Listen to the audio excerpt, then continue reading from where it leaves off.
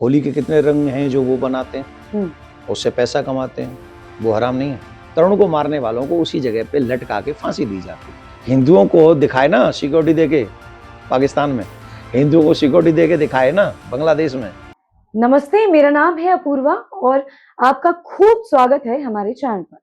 देखिए, आज मेरे साथ एक ऐसी शख्सियत जुड़ी हुई है, एक ऐसा चेहरा जुड़ा हुआ है जो अपने आप में ही एक नाम है और किसी परिचय का मोहताज नहीं है। आज मैं उनसे कुछ ऐसे सवाल करने वाली हूँ जो बीते दिनों भारत में घटना घटित हुई है उनको लेकर। और मेरे जितने भी सवाल हैं वो ऐसे सवाल हैं कि भारत के नागरिक के दिलों दिमाग में आते ही आते हैं, क्योंकि बीते दिनों भारत के अंदर लगातार ऐसी घटनाएं घटित हो रही हैं। कहीं पर होली के दिन पर इतनी खराब घटना घटित होती है कि उसे ब्लैक डे अगर मैं कहूं तो गलत नहीं होगा। कहीं पर रोड को जाम करके जो है मुस्लिम समुदाय नमाज पढ़ते हैं। कहीं पर यह दावा किया जाता है कि हम जो है हिंदुस्तान को आने वाले समय में इस्लामिक राष्ट्र बना देंगे। कहीं पर हिंदू मुस्लिम की लड़ाई चल रही है। कहीं पर जो है कितने ऐसे हमारे देश में बाबा हैं, मौलवी हैं जो बहुत सारी ऐसी बयानबाजी करते हैं जिसके बाद माहौल खराब होते हैं। और क्योंकि हमारा देश इस वक्त सबसे अच्छी स्थिति में है, क्योंकि हर तरफ लड़ाई का माहौल है, तो ये भी मैं सवाल करूंगी कि आखिर हमारे भारत का जो इतना डेवलपमेंट हुआ है, विकास हुआ है, उसका श्रेय किसको देते हैं ये महाराज? साथ ही उत्तर प्रदेश में मैं हूं इस वक्त और चुनाव है अगले साल, तो चुनाव को लेकर इनका क्या नजरिया है, ये किसको देखते हैं, साथ ही ये क्या सोचते हैं, पहले से लेकर अब तक कितना बदलाव हुआ है उत्तर प्रदेश में, ये सारी चीजें मैं इनसे जानूंगी। तो आइए शुरू करते हैं। बहुत स्वागत है देवकीनंदन ठाकुर जी आपका। कैसे हैं आप? मैं बढ़िया हूँ और आपके व्यूअर्स को सबको मेरा प्यार भरा राधे राधे। पहला सवाल ही करूंगी तरुण के मुद्दे से। राजधानी दिल्ली में इतना बड़ा हादसा होता है। होली जो हिंदुओं के लिए एक बहुत बड़ा त्योहार है रंगों का, अब वो एक ब्लैक डे के तौर पर माना जा रहा है, क्योंकि एक बच्ची से अनजाने में एक गलती हो जाती है और पूरा उत्तम नगर समेत पूरा भारत इसका भुक्तभोगी है। कारण क्या मानते हैं? क्या सोची समझी साजिश है, या क्या हिंदुओं की तरफ से मुसलमानों को जानबूझ के हाथ पहुंचाया गया क्योंकि उनके में हराम है रंग? क्या कहेंगे? हराम रंग छुभने से और रंग बनाने से नहीं हराम। होली के कितने रंग हैं जो वो बनाते हैं, उससे पैसा कमाते हैं, वो हराम नहीं है। वो भी तो होना चाहिए। जब हिंदुओं के साथ कोई, हम नहीं कह रहे, एक छोटी सी बच्ची रंग डाल देती है, वो जानबूझ के नहीं डाला है, डल गया, मैं कह रहा हूँ जानबूझ के डाला। 6-7 साल की बच्ची क्या जानती है कौन हिंदू कौन मुस्लिम? कौन जानता है? वो बच्ची तो नहीं जानती, लेकिन डल गया। उसके बावजूद भी उस बच्चे ने सॉरी बोला कि मेरी बच्ची से गलती हुई, आई एम सॉरी। उसके बाद उस बच्चे को मार दिया गया। मार इसलिए दिया कि हिंदू कायर है, वो जानते हैं। हाँ, हिंदू कायर। कैसे? सिर्फ भाषणबाजी करते हैं हम लोग। जो एटीट्यूड उनका है, वो एटीट्यूड हमारा जिस दिन हो जाएगा, उस दिन तरुण तो छोड़ो, तरुण के एक बाल को कोई नुकसान नहीं पहुंचा पाएगा। अगर मैं पूछूं कि आप किस एटीट्यूड की बात कर रहे हैं, तो ये मत पूछिए, मुझसे मत पूछिए, उनसे जाके पूछिए कि किस एटीट्यूड के माध्यम से उन्होंने उसकी हत्या की। हम लोग इसी में खुश हैं, हमने बिल्डोजर चला दिया, हमने मकान, हम इसी में खुश हैं। इसलिए मैं कुछ दिनों से बोल नहीं रहा हूं, मैं शांत हूं, मुझे नहीं चाहिए ये सब नौटंकी नाटक, ये सब बेकार की बातें हैं। तो क्या करना चाहिए था ऐसे जिससे हिंदू को या फिर आपको संतुष्टि होती? अभी आपने भी अपने भाषण में कह दिया, अभी जब आप एंकरिंग कर रही थी शुरू में, कि बाबा और ये शुरुआत में ऐसा बोलते हैं कि माहौल खराब हो जाता है। नहीं, मैं ये ऐसा आपने बोला कि नहीं बोला? हाँ, मैंने बोला।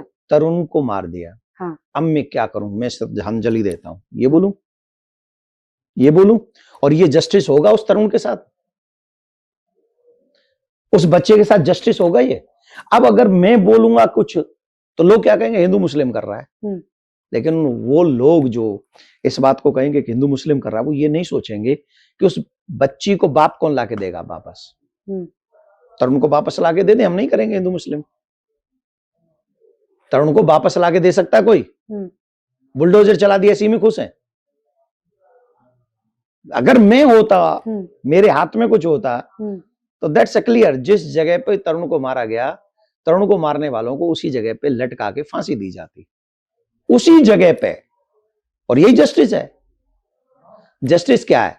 अगर मैं किसी को हर्ट कर रहा हूं तो मुझे भी कोई हर्ट करे, अगर मैं किसी को मार रहा हूं तो मुझे भी कोई मार दे। न्याय तो यही है। अब ये न्याय नहीं है कि एक ने तो व्यक्ति को मार दिया, दूसरी पुलिस ने उसको पकड़ के 2-4 महीने के लिए जेल में रखा, फिर छोड़ दिया, फिर वो खुला घूम रहा है, फिर किसी और तरुण को ढूंढेगा। ऐसा नहीं है। तो आपके हिसाब से इसका मतलब है फांसी हो जाती उसी जगह पे, पब्लिक के सामने, उसके घर वालों के सामने। लेकिन पुलिस अब सिक्योरिटी दे रही है ईद। ऐसे ही देगी, ऐसे ही देगी पुलिस। हिंदुस्तान की है ना, पाकिस्तान की पुलिस हो तो दिखाए, हिंदुओं को दिखाए ना सिक्योरिटी देके। पाकिस्तान में हिंदुओं को सिक्योरिटी देके दिखाए ना, बांग्लादेश में। फिर कहोगे हिंदू मुस्लिम करते हो। हिंदुस्तान है, यहाँ सब कुछ जायज है, सब कुछ जायज। हाँ, सब। अच्छा, चूंकि जिक्र अब मुसलमानों के मुद्दे पर उठ गया है महाराज जी, तो मैं कई मौलवी को ऐसा सुनती हूँ कहते हुए कि 2047 में हम इस्लामिक राष्ट्र बना देंगे। इसको लेकर आप क्या सोचते हैं? बहुत सही कहते हैं, वो गलत नहीं कहते। आप सिर्फ भाषणबाजी करते रह जाओगे, आपसे क्वेश्चन करते रह जाओगे और हम सिर्फ आंसर देते रह जाएंगे, और वो बना देंगे वो। लेकिन मेजोरिटी में है हिंदू। आज है ना, हाँ। 47 में नहीं। आप शादीशुदा तो नहीं है? नहीं। आपके भैया वगैरह कोई शादीशुदा हैं? नहीं, अभी वो भी छोटे हैं। मतलब मैं इकलौती हूँ, मेरे अच्छा, परिवार में नहीं, पर जानकारी में है। हाँ। पापा के कितने बच्चे हैं? मैं इकलौती हूँ, मेरे पिताजी। चाचा के कितने? 2। उनके और कितने? जितनों को जानती हो 2-3 से ज्यादा किसी के नहीं होंगे, पक्का? और उनको कितनों को जानती हो जिनके 10-12 हैं? मतलब आपका मुद्दा जनसंख्या है। 47 में मेजोरिटी में कौन होगा? जो मेजोरिटी में होगा वो अपना काम करेगा, इसमें क्या बोलना है। और वो सही कह रहे हैं, वो योजनाबद्ध तरीके से जा रहे हैं जब से देश आजाद हुआ तब से। और आप और हम सिर्फ पेट के लिए जी रहे हैं कि हमारा पेट भर जाए, मेरे बच्चों का पेट भर जाए, बाद में सब मरते रहो। तो मतलब देवकीनंदन ठाकुर ने मान लिया है कि इस्लामिक राष्ट्र बनेगा तो मैं उसमें संतुष्ट हूँ, या फिर मुझे पता है कि भविष्य क्या है? संतुष्ट तो क्या होगा, कौन होगा संतुष्ट? तो मेरे जैसा व्यक्ति नहीं हो सकता। पर हाँ, ये बात हम सबको मान लेनी चाहिए कि 2047 में हिंदुस्तान हो सकता है इस्लामिक राष्ट्र बने। क्या ऐसे कदम उठाने चाहिए जिससे ये जो सोच अब बन रही है कि इस्लामिक राष्ट्र की ओर बढ़ रहा है, क्या ऐसे कदम उठाए कि जनसंख्या नियंत्रण कानून, जितने भी बाहरी लोग हैं, हाँ, जो यहाँ आ रहे हैं, जैसे पाकिस्तान ने कम से कम 5 लाख या कुछ लाख ऐसे हैं जिन्होंने हैदराबाद में और उधर साइड में बच्चियों से शादी कर रखी है, और उनके बच्चे जो हैं कम से कम लगभग 25 लाख हैं। जितनों की शादी पाकिस्तान में हो चुकी है, और उनको और उनके बच्चों को पाकिस्तान भेजो, वो वहां के नागरिक हैं। तो देखिए, ये मेरे साथ जो है देवकीनंदन ठाकुर थे, और हमारी जो बातचीत है वो सारे उन सवालात और जवाबों से हुई जो मैंने शुरुआत में जिक्र किया था। हालांकि चुनावों पर उतनी ज्यादा बातचीत नहीं हो पाई, समय कम होने की वजह से। लेकिन आपकी क्या राय है इस बातचीत को लेकर? जो भी आपको लगता है अच्छा बुरा, आप हमें कमेंट सेक्शन में जरूर बता सकते हैं। बहुत शुक्रिया।